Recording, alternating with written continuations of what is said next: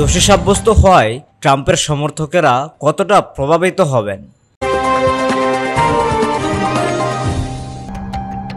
ফৌজদারি মামলায় সাবেক মার্কিন প্রেসিডেন্ট ডোনাল্ড ট্রাম্প দোষী সাব্যস্ত হলে তার সমর্থকদের উপর এর কতটা প্রভাব পড়বে তা নিয়ে কয়েক মাস ধরে রাজনৈতিক বিশ্লেষকেরা পূর্বাভাস দিয়ে আসছেন। তাতে ট্রাম্পের প্রতি সমর্থন অটুট থাকার কথা বলে এসেছেন তার সমর্থকেরা।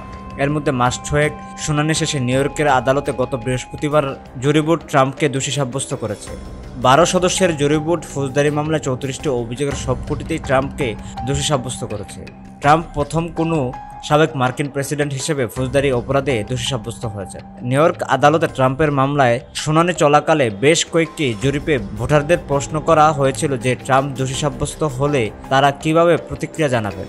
এসব জরিপের ফল অনুযায়ী ট্রাম্প দোষী সাব্যস্ত হলে মার্কিন প্রেসিডেন্ট বাইডেন কিছুটা সুবিধা পাবেন বলে মনে করা হয়।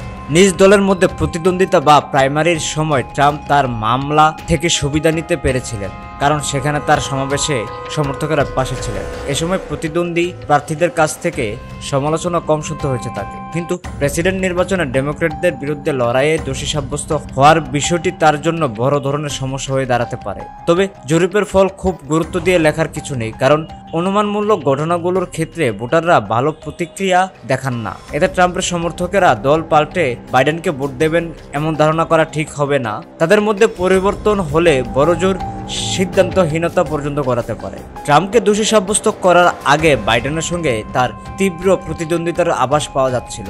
এ ঘটনার পর সেই প্রতিদ্বন্দ্বিতা আরও বাড়বে। উদারনৈতিক ডেমোক্রেট হিসেবে পরিচিত অনেক ভোটার তাদের মনস্থির করতে সমস্যায় পড়বেন। 9 বছর আগে ট্রাম্প যখন নির্বাচনী মঞ্চে আবির্ভূত হন তখন থেকে অনেকেই মনে করেন অ্যাক্সেস হলিউড ট্যাপ, মুলারের তদন্ত, কোভিড-19 এর বিশৃঙ্খলা প্রতিক্রিয়া, ফৌজদারি অপরাধের মতো কোনো একটি ঘটনায় ট্রাম্প মানুষের মন থেকে মুছে যাবে, কিন্তু বাস্তবে তা ঘটেনি। ট্রাম্পের সমর্থকেরা তার উপর যথেষ্ট আস্থা রেখেছেন। বিশ্লেষকেরা বলেন, আমরা একটি তদন্ত মেরুকৃত রাজনৈতিক যুগে বাস করি, যেখানে কেউ নিজ দলের বাইরে যান না। এবারের নির্বাচনের ক্ষেত্রেও 80% ভোটার আগে থেকেই মনস্থির করে রেখেছেন তাদের মন ঘুরবে কিনা তা বলা কঠিন।